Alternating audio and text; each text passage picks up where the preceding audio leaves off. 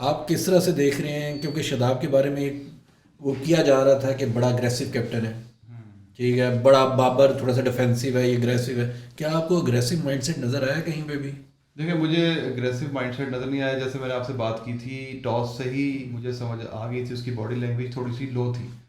या तो उस पर प्रेशर था, प्रेशर होना नहीं चाहिए, बिकॉज आप बाबर आजम के साथ वाइस कैप्टन बड़े अरसे से हैं, तो आपको प्रेशर लेना नहीं चाहिए। आप जब वाइस कैप्टन होते हैं तो कैप्टन के साथ आपकी क्लोज कोऑर्डिनेशन होती है, तो आप captain in any sense captain होते हैं। वाइस कैप्टन या कैप्टन में मेरा ख्याल है ज़्यादा फर्क नहीं होता, सिर्फ डिसीजन का फ़र्क होता है, ये वाला फ़र्क होता है, अदरवाइज सारे कैप्टन और वाइस कैप्टन सेम होते हैं।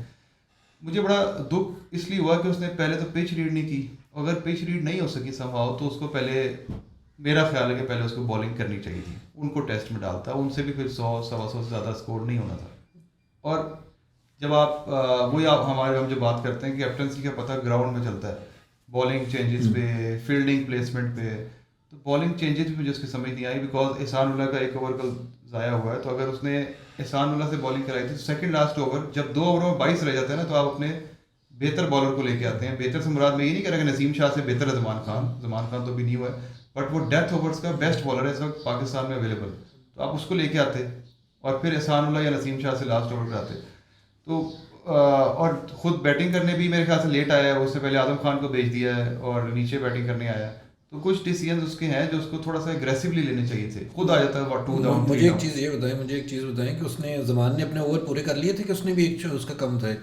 जमान का तो चौथा ओवर था, जमान का एहसान चौथा, उल्ला का तो एक ओवर रहता था। एहसान का एक ओवर रहता था। एहसान और इमाद वसीम को आपने ओवर नहीं दिया, सॉरी टू से, मैं फिर इधर आऊँगा। इमाद वसीम की मेजर विकेट्स यूएई में है, शारजा में, दुबई और में, जो पावर प्ले में।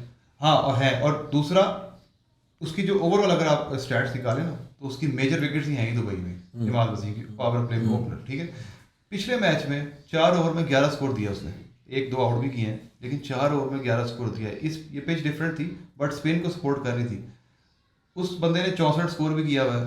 एक कॉन्फिडेंस लेवल होता है, वो कुछ करके दिखाना चाह रहा है, बिकॉज यंगस्टर्स के साथ खेल रहा है, उसको है कि मैं कुछ, मैंने अपना पॉइंट भी प्रूव मैंने करना अपना है। पॉइंट भी प्रूव करना है। तो हम उसके पॉइंट को ना देखें, पाकिस्तान के लिए तो बेहतर ही कर रहा था ना, 64 स्कोर भी किया है उसने। एक ओवर में को 3-4 स्कोर भी दिया है, उसके बाद आपने उसे ओवर ही नहीं कराया। 5 स्कोर दिए उसने। 5 स्कोर दिया, तो उसके बाद आपने उससे ओवर नहीं कराया। उसको यूज़ करना चाहिए था मिडल ऑफ, जब शादाब खुद ओवर करा रहा था तो साथ उसको कहीं ना कहीं उसको 1-2 ओवर और कराने चाहिए थे। तो ये काफ़ी चीज़ें, फिर आप एंड में कह रहे हैं कि अब पता चला होगा लोगों को कि बाबर आजम और रिजवान की कमी। मैं ये नहीं कह रहा, मैं भी ये कह रहा हूँ, आप भी ये कह रहे हैं, लेकिन इंटरनेशनल मीडिया पे बैठ के आपको ज़रा स्ट्रॉन्ग आना चाहिए। आपको ये नहीं कहना चाहिए कि अब आप उनको मिस करोगे तो वो, आप अपना पॉइंट प्रूव करें। वो तो सबको पता ही है कि उन्होंने आना है तो उन्होंने चार्ज लेना है, वो हमारे मेजर प्लेयर्स हैं। तो बड़ा इनोसेंस सा मुझे लगा, थोड़ा सा डरा डरा सा। मैं एक्सपेक्ट नहीं कर रहा था कि इस तरह से एक्सपोज शादाब खान होगा।